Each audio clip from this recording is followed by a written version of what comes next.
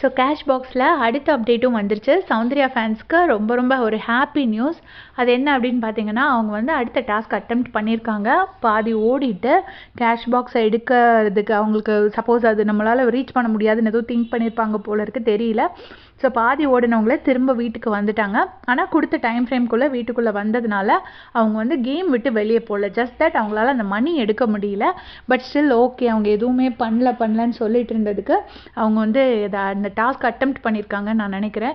But நான் இன்றைக்கி லைவில் பார்த்தேன், விஷால் சொல்கிறாங்க எல்லாரும் ஃப்ரண்ட்டில் போய் நின்னா அப்புறம் எப்படி நமக்கு கிடைக்கிறது, சான்ஸ் எப்படி கிடைக்கிறது, நான் இன்றைக்கி போகலான் இருந்தேன் ஆனால் ரயன் ஃபஸ்ட்டு டாஸ்க் வாசிக்கிறதுக்கு முன்னாடியே ஓடிட்டான் அப்படின்னு சொல்லி விஷால் சொல்லிட்டு இருந்திருப்பாங்க.